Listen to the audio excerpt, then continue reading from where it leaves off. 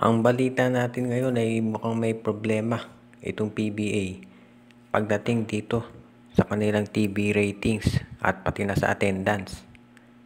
Ayon dito sa mga reports na lumalabas, mukhang marami nagrereklamo dito sa TV schedule ngayon ng PBA dahil parang marami ang hindi nakakaalam na sila ay lumipat na sa A to Z at mula na sa TV5.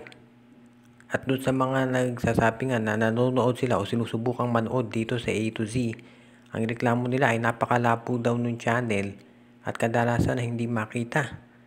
Pangalawa, ang isa pang problema daw dyan, ayon doon sa mga nanonood ng PBA ngayon, ay yung schedule. Ang schedule kasi ng PBA ngayon, ang pagitan ng laro ay halos 2 oras. 4 o'clock mag-uumpisa yung first game pag weekdays, tapos yung second game mga 8 o'clock na ng gabi. So, ibig sabihin nito, baka matapos yung second game, pasado 10:00 na. Dati kasi maaga umpisa ng second game. Syempre, kung ang mga tao may trabaho pa o may eskwela, hindi na nila matatapos yung laro. Ganon din yung mga manonood ng live.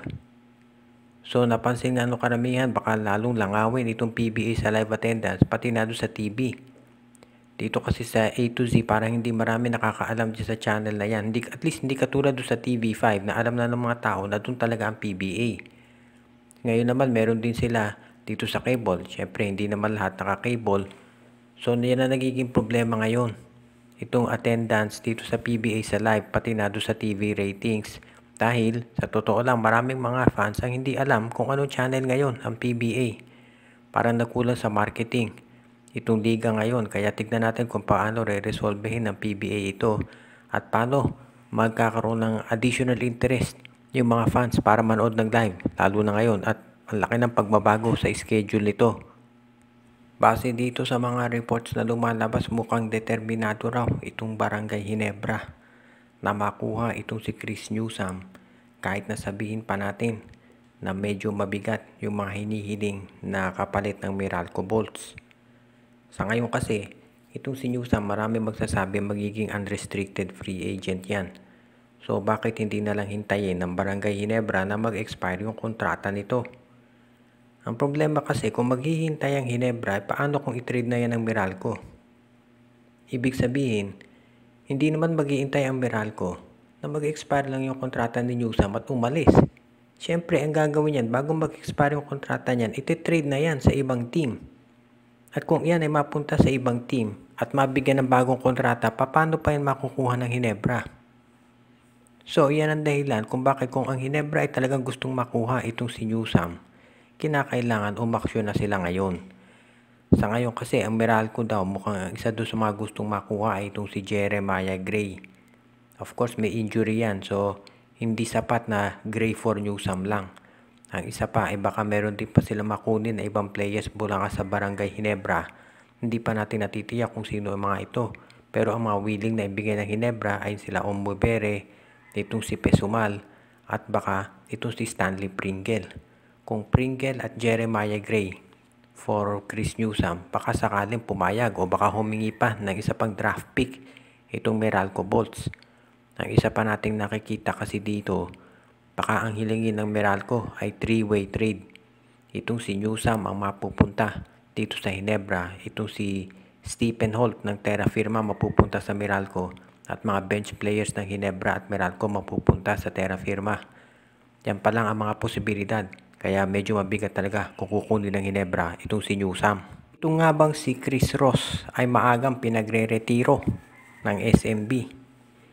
Ito ay isa doon sa mga espekulasyon na lumalabas ngayon dahil ito raw pag-appoint sa kanya bilang assistant coach ay parang isang senyales na talagang babawasan na siya ng mga minuto sa season na ito. Baka nga ang gawin dito, ito si Chris Ross ay malamang sa bench na lang talaga at ang gamitin nga ay itong si Romeo at itong si Enciso plus ang papasok na bagong player na si Kit Jimenez. Baka iyan ang nakikitang solusyon ng SMB dito sa problema nila sa point guard na sobrang dami ngayon. O kaya naman kasi marami rin nagsasabi na ito si Chris Ross medyo bumabat talaga yung laro niya at madalas nang nai-slow down dahil marami ng injuries. Kaya malamang ito si Ross ay mababa na rin ang trade value kaya hindi na rin mabitawan ng SMB.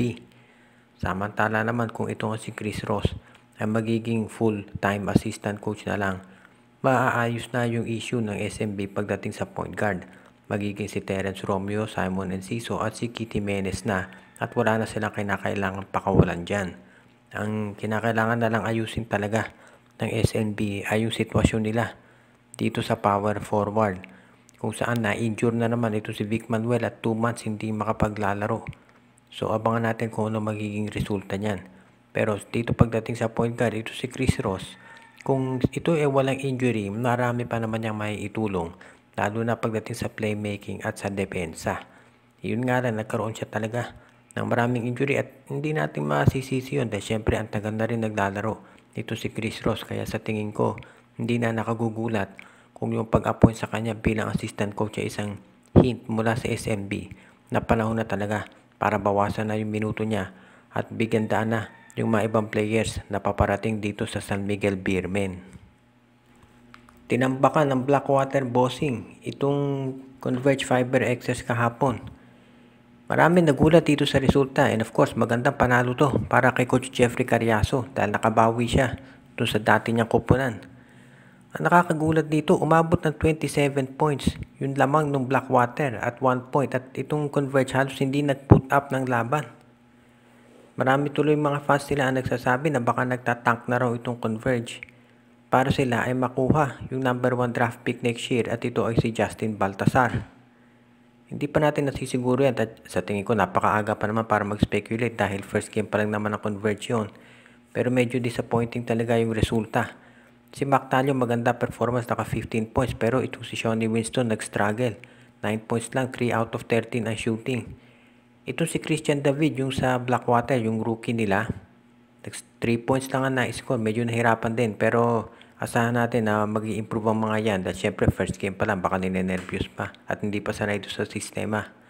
Ang maliwanag dito, itong Blackwater, mukhang maganda yung debut nila. Sinabi nga ni Coach Jeffrey Cariaso, nagustuhan nila yung naging performance. At samantala naman, itong Converge Fiber XS, obviously maraming disappointed dahil kinukonsidera sila na isa doon sa magiging top options ngayon bukod dito sa usual na San Miguel, Ginebra, Magnolia, TNT. Dahil nga may kanya-kanyang issue yung mga nabanggit na koponan maliban sa Magnolia. Tignan natin kung paano makababawi itong Converge Fiber XS dahil hindi naging maganda yung performance nila. Sobrang tambak. At kung sabi nga nung iba, kung sa Blackwater lang natampakan sila na gano'n, paano pa kaya kung sa ibang mga malalakas na teams ang makaharap nila? Tignan natin kung paano makababawi ito. At syempre kung magkatuloy yung magiging magandang laro nitong si Mac Talio at paano babawi itong si Shawnee Winston at yung iba pa nilang mga players sa susunod na games.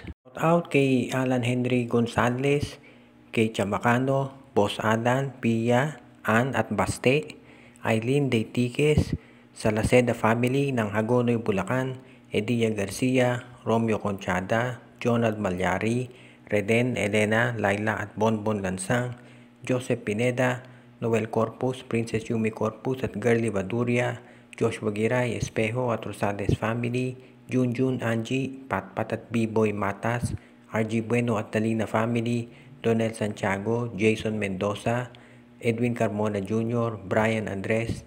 Pinabati din natin si Dexter Domer, Enju, Judy, Edwina, Shaina, Carl Jaira at Jonah Villarosa, Ireneo Salangsang, OG, Len Gio at Gia Santillana at Tagle family. Pinabati din natin si Ronald Barbosidad, Rico Olarte, Jonel Alagon, Katsakino Dokusin at Enrico at Presiang Sioko.